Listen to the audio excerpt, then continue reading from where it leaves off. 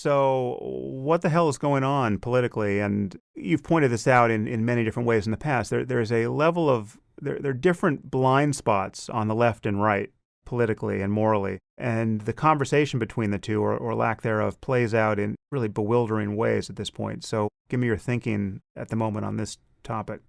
Sure. So I've been extremely alarmed by the way campus culture at a lot of our top schools has changed radically just in the last 2 years. There are these new ideas about safety, and I hear undergraduates often saying things like they just take it for granted that a classroom is supposed to be a safe space. Now, if they mean that the teacher shouldn't insult people or people shouldn't, hit each other, of course. But what they mean is that people should not be exposed to ideas that might make them feel marginalized or demeaned. For example, if somebody were to question affirmative action, that could be threatening to students who might have benefited from affirmative action. Therefore, you can't question it. And it's very strange that people are getting in trouble. And I was dragged before the Equal Opportunity Commission for showing a video that in class that one student objected to one word that a student said in it. All this Really? weird, What was the word?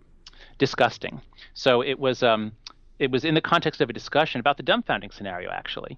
And it was a conversation between two UVA undergraduates, and one of them he's cross-examining the other one. The experimenter cross-examines the other one, and the guy ultimately says, "Well, I don't know. I can't explain why it's wrong. Well, I guess I just, I have a sister myself, and I would just find it disgusting to watch, to think about having sex with her." So the experimenter follows the script, which is, because people often say something like that. And so the experimenter says, well, okay, you'd find it disgusting, but does that make it wrong? I mean, personally, like if I were to see two men having sex, like I personally would find that disgusting. I wouldn't want to watch it. But, that doesn't make it wrong. I mean, if people are inclined that way, they have every right to do it. There's nothing wrong with it. Right. Okay, so, I've shown this video 50 times. But by the time class was over, a student had emailed the dean to complain about my homophobia. I thought she must have just missed the part. She must have misunderstood the video. I mean, I said, well, come talk to me tomorrow. Let's look at the. You'll see. He's not condemning homosexuality. He's actually pro-gay rights. But she engineered it. Basically, she brought the class to a standstill. She demanded that I apologize, and finally, she bullied me into apologizing. And finally, I did, just because I had to keep the class going. And this was because it was an intensive class every day for a week. So I apologized, but she didn't like the apology, so she brought me in front of the Equal Opportunity Commission. And there was no way that they were going to convict me. I mean, This is at UVA? No, it's at NYU. But the point is, it took like about a month out of my life. And during that time, she mounted a social media, or she had other people mount a social media campaign, writing things about how homophobic I am. So it was really a nightmare. And I was so like, what the hell is going on? Like, where is it? It just didn't make any sense. I mean, I've been parts of groups pushing for gay rights. My research is on disgust. Actually, I have a paper showing how you can reduce prejudice against gay people. So I felt like, my intentions are all in the right place. I didn't say anything. What's going on? And then other things similar to that happened to me, and then began happening to lots of other people. And this is in the 2013 to 2014 academic years when this all begins to happen. The campus invitations, the words trigger warning and safe space, they barely exist before 2012, but by 2014 they're everywhere. And this is why when Greg Lukianoff, who's the president of the Foundation for Individual Rights in Education, when he came to me in the summer of 2014 with his diagnosis that, John, this weirdness going on campus, it's exactly the errors that I learned about in cognitive therapy. Like campus is teaching undergraduates to think in the exact distorted ways that cognitive therapy teaches you not to do, like catastrophizing, mind reading, all those sorts of things. And so I was so busy. I was saying no to everything. But when Greg came to me after my own experiences, I said, "Oh my God, Greg, this is brilliant. This is what's going on." So that's what led to he and I writing this article that was published in The Atlantic last August. And it was, and we had no idea campuses were going to melt down beginning at Halloween at Yale, Missouri, so many other schools. So a very strange thing is happening, and I think it's so interesting. I mean, it's horrible because it basically has put a chill on free speech. Everyone is afraid of saying anything that will set off the most sensitive student in the class. Professors all over the country are scrubbing their syllabi clean. We're not showing videos that could provoke. We're not saying things. So education is taking a nosedive in this country because everyone's afraid of a big social media storm or being charged with marginalizing or whatever it is. So this is what's happening, and And this is purely a liberal phenomenon, right? Is there a conservative analog to this, or is this a just? little bit, yeah. So what happens? So there's a wonderful paper on the origin of microaggressions. In fact, if listeners just Google where microaggressions really come from, I wrote a summary of this article, and what these authors, Manning and Campbell, two sociologists, what they point out is that microaggressions, the idea of these, the idea that, like, if I ask an Asian student, where are you from? That's a microaggression because I'm implying that he or she is not American. The idea that this is an act of aggression is an odd idea, but the whole culture of microaggressions, they point out, only emerges in places that are very, very egalitarian, meaning, so that'll be on the left, and also that have administrative bodies that will punish opponents. So it's the very presence of all the diversity committees, all the ways you can punish people for saying things you don't like. This is why the most progressive places in America, like Yale, Amherst, Brown, the schools that are erupting in riots, are the most progressive left-leaning places. Mm. And it's because the whole idea of seeing everything as a microaggression only flourishes in those places. But to answer your question, once you get this dialogue of, I've been traumatized, I've been offended against, you've committed violence against me. Once you get people on the left saying that about everything, the few people on the right, and there's often a minority, I mean, there are some conservatives at Yale, Brown, and Amherst, they then start using that language too. So you do see occasional examples of people on the right claiming that they've been traumatized or microaggressed.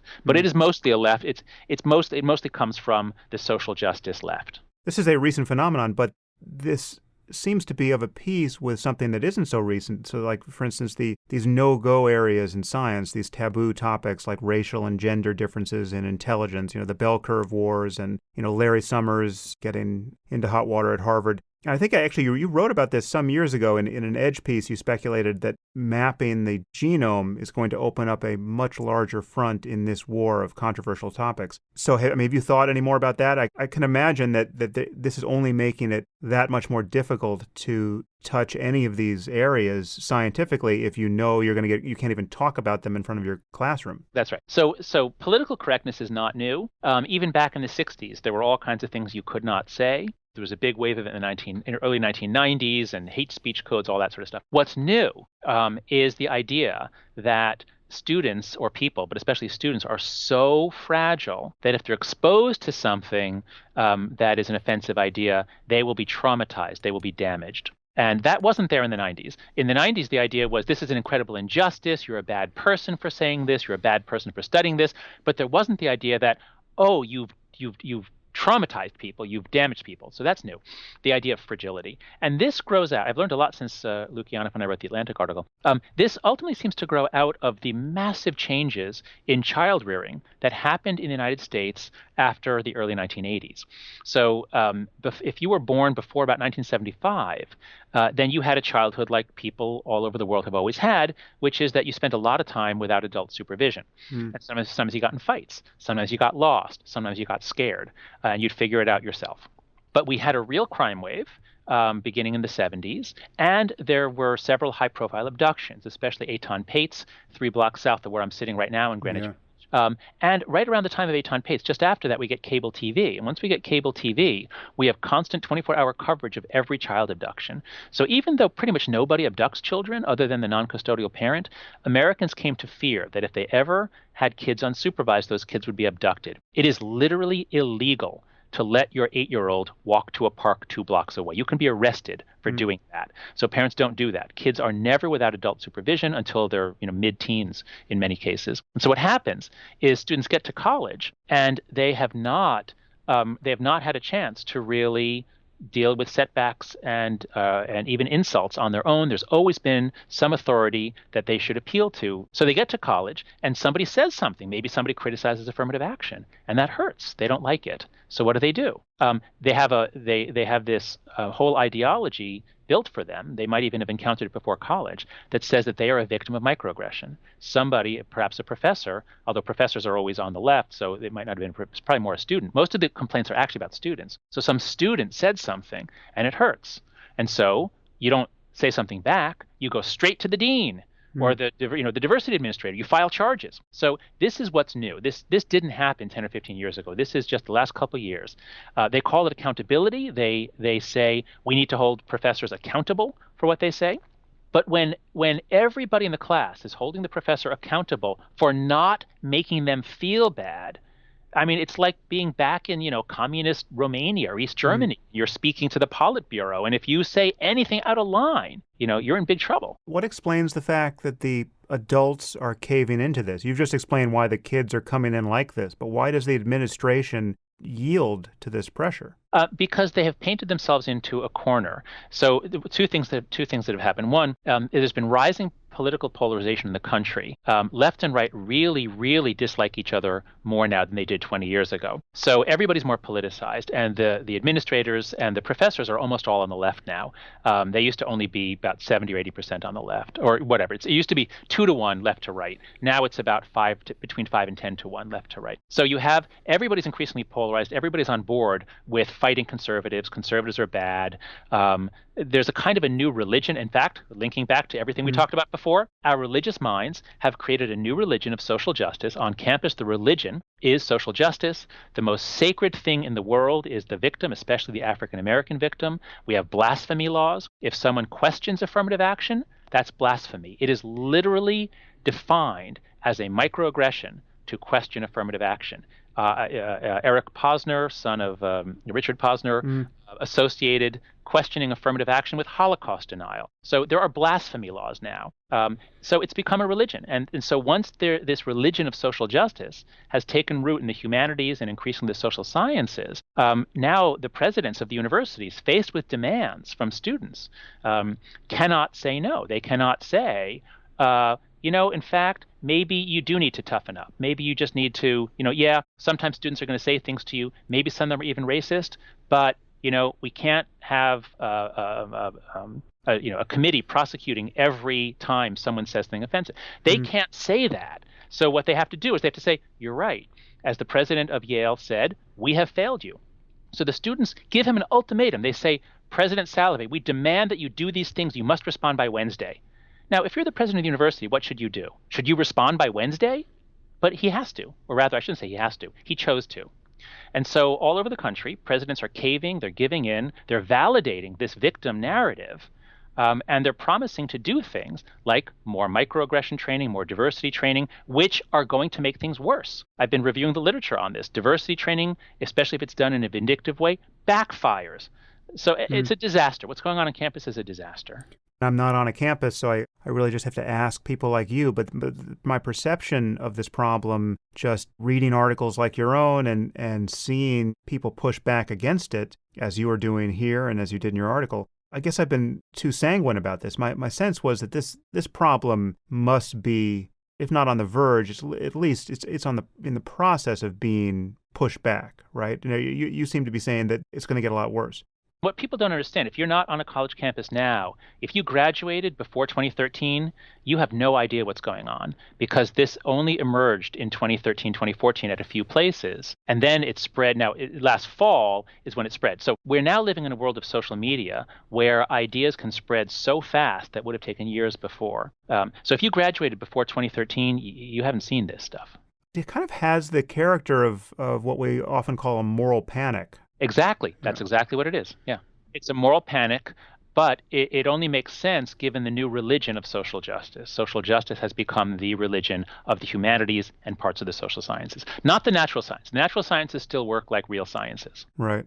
I've been noticing the problems in liberalism of late, and I've called myself a liberal for as long as I've had any political identity at all, and I reliably align with liberal principles on, I check almost every box except once we start talking about things like the clash of civilizations and the problem with political Islam, and then all of a sudden I sound, or at least I'm attacked as something more like a conservative on those topics. But I don't even know why I still call myself a liberal, given how endemic this confusion is in liberalism. And there's something, you don't call yourself a liberal anymore. You're a centrist, right? That's right. But there's two things going on. So America screwed up the word liberal. We have no idea what it means.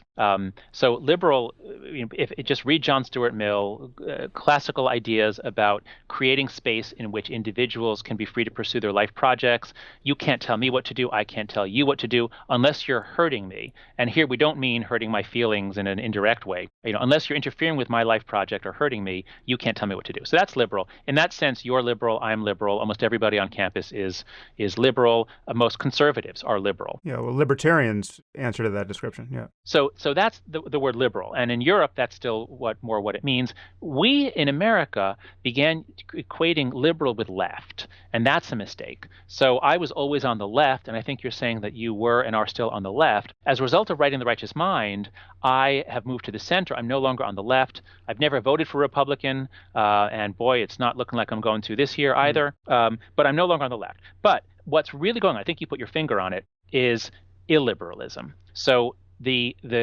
everybody, all the faculty they call themselves liberal. They're on the left, but there's a huge difference between the illiberal left and the liberal left. The illiberal left is saying, you can't use that word. You have to use this word. You can't wear that clothing. That's cultural appropriation. You must do this. We get to dictate how everybody lives on campus. That is what is happening. And this is emerging not from the faculty on the left. This is emerging from the students, the illiberal left. It's a small group. It's not most of the students. But the liberal left is afraid to stand up to them, because if you stand up to them, you're racist, you're sexist. So all over, on many campuses, I hear this from so many students and faculty. Somebody will say something outrageous. Many people in the room think, oh my God, that's crazy. But nobody has the guts to stand up because they're afraid of being called racist. But look, any virtue carried to extreme becomes a vice. So egalitarianism carried to extreme, as happened under Mao, says, the people, there's the good class and the bad class, is what Mao said. If you're poor, if you're a peasant, you're the good class. If you owned a business, if you're wealthy, you're the bad class. Basically, what we see on campus now with the ideology of privilege, they're the good people and the bad people. The bad people are those who are privileged, which is all white people, all men, et cetera, et cetera. So there is a rabid egalitarianism that I think has become bad. But the other thing, and this is what's new just recently, is the inclusiveness. So inclusiveness is a good thing.